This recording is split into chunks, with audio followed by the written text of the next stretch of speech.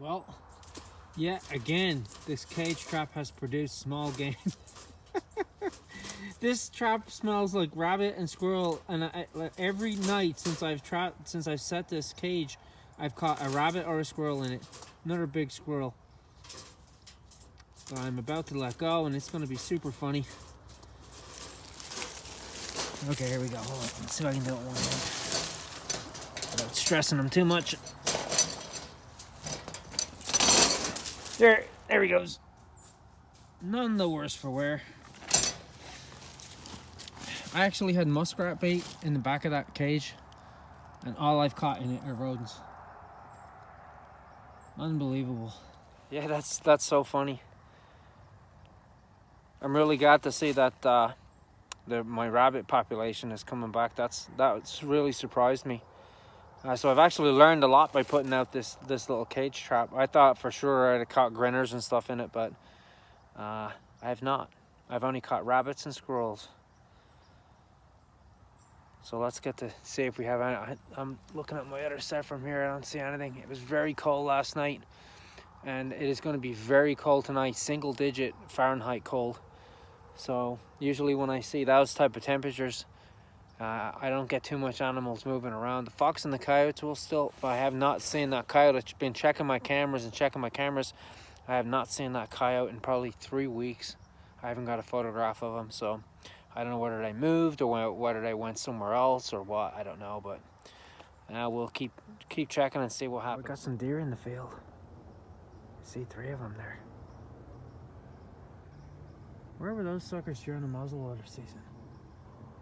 Freaking hiding out. You can see them there just on the crest of the hill.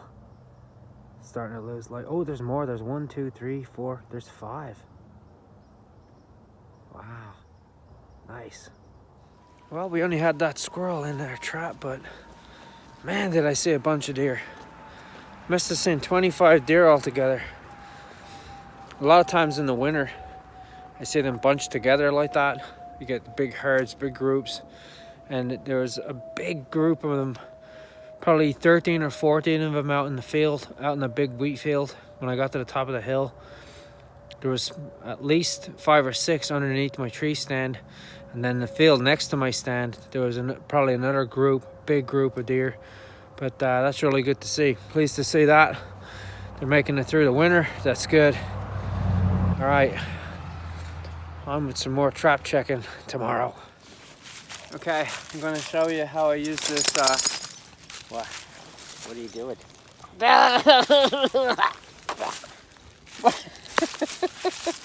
Thanks for that. Okay, I'm going to show you how I use this extraction tool to pull those earth anchors out. Because I have them anchored on the chain, and then with the wolf fang, the heavy earth anchor. Hopefully this will come right out. Ground is really hard. I had this set here. It's been here for 2 weeks. Hasn't produced, so I'm going to move it. It's in what I thought was a good location. I a lot of times get photographs of coyote, fox, and coon moving the edge of this woods here. But I've had no takers on it. I had a trail camera right there, so I'm going to check it again and see. It was a flat set, but it was not off the end of this log here. So it kind of, and I had a twig on the other side of it, so it necked it down that they had to travel across the edge of that cut, but no good. Same with the trap in the middle of the hill here. No action on that, so I'm going to pull those and move them today. So all this is a flat bore. We can get the chain off of here. All it is a T. It's a flat T. It's 1.5 inch square tubing, and I welded a chain link onto it with a hook in it. So what you do is put it on the opposite side of the trap, hook the chain around hook the chain into the hook, and then pull from the opposite side. You gotta really pull because they're in there. Here it comes. There you go.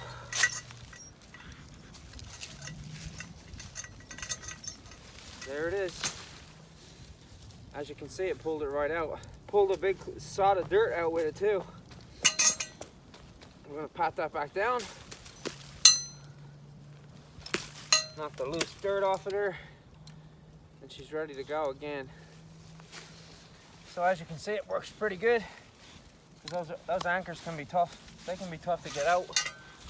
You see here how I made it. I welded a piece of flat steel to this 1.5 inch square tubing, and then I welded the hook to the center of it. So when you apply the leverage on the ground here, it gives you a lot of, you can see how much past the chain I have there. It gives you a lot of leverage to pull that out, because those are hard to get out of the ground, especially when the ground is frozen. But just shows you it can be done if you want to save them. You don't have to just, you know, cut the chain or anything like that. You can, sometimes they put them on cables, and a lot of guys will just leave the cable and they'll leave it there. They'll use the same location year after year, especially if it's a good location. And that's okay too. You can flag it and mark it where it is, but I won't leave cables like that in the fields here, because I don't want to getting caught in farm machinery. That wouldn't be good. That can be very expensive if it gets caught in the wrong piece of equipment. Now, down here where that wouldn't have been an issue, because it's on the edge of the field, so they wouldn't be running a seeder, or they don't plow these fields, so they do run seeders and stuff on them. So you don't want, you know, any problems like that where it's going to interfere with, you know, farm machinery if you're trapping farmland. Now the one in the middle of the hill there, that would be interfering with farm machinery. Of course, they're not going to be planting here for quite a few months yet because of my location. But we'll get the rest of these traps pulled out and we'll move on. Okay, this will show you how cold it is today. This water for Sarge has been out for about 25 minutes and it's already started to freeze up. Is that, look at, it's frozen. It's frozen. Look, you want a drink? No? Good job, it's freaking ice. Oh yeah, yeah, pretty cold today. Wind chill is absolutely brutal. It's brutal. Okay, trying to keep my camera out of the wind. Okay, it's something a little different we're going to try today. I moved my other sets that were on the hill over here. I'm just going to bait this now. I already bedded my trap. You can see my trap bed is here. And nice and close to the trap, I have about a 1-inch PVC pipe. I punched the hole first because the ground is super hard, so I didn't want to shatter the pipe, hammer it into the ground. Use my dirt hole punch the hole in there, put the pipe in at a nice angle, bedded the trap in front of it. I checked my camera down there 2 times. That fox passed our dirt hole set, didn't go near it. I mean, he was right past it. My other hay set, he passed it a couple of times too, didn't go near it. So we're trying something different. I've never tried a pipe set on this farm. I have it set here next to the pond on a trail, a clear trail that's cut through here. It's pretty narrow, it's only about 5 feet wide. So the fox, I was getting a lot of pictures of the fox getting out with it.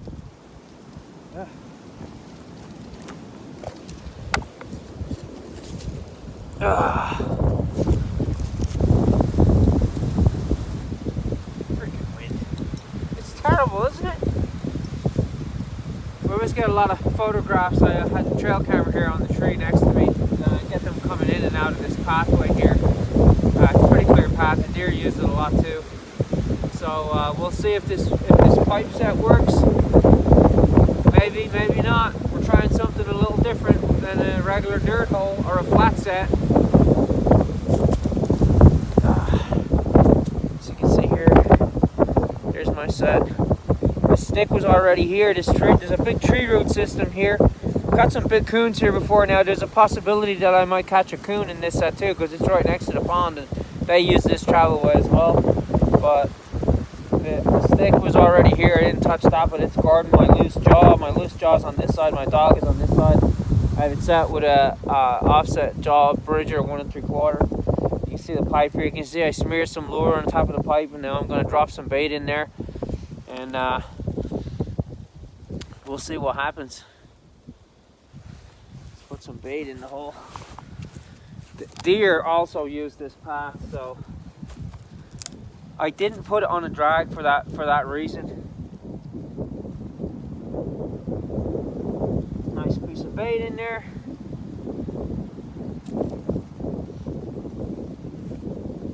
Make sure the pipe is nice and anchored. That's good.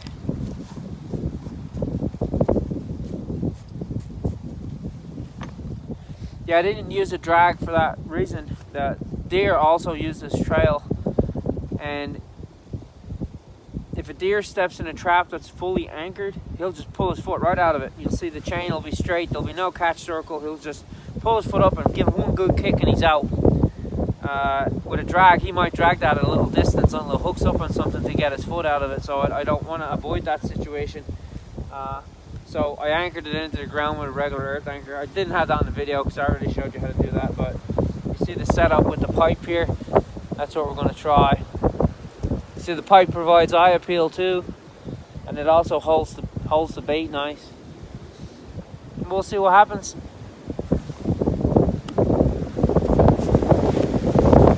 Well, we were sitting back in the truck. I think even the bulldog is called, right? What do you think? Is that a good set I just made? You're a canine. I want a canine opinion. Would you fall for that? Not even listening to me. You still want to get at that smell bag, right? Don't you? Yeah, that's what I thought.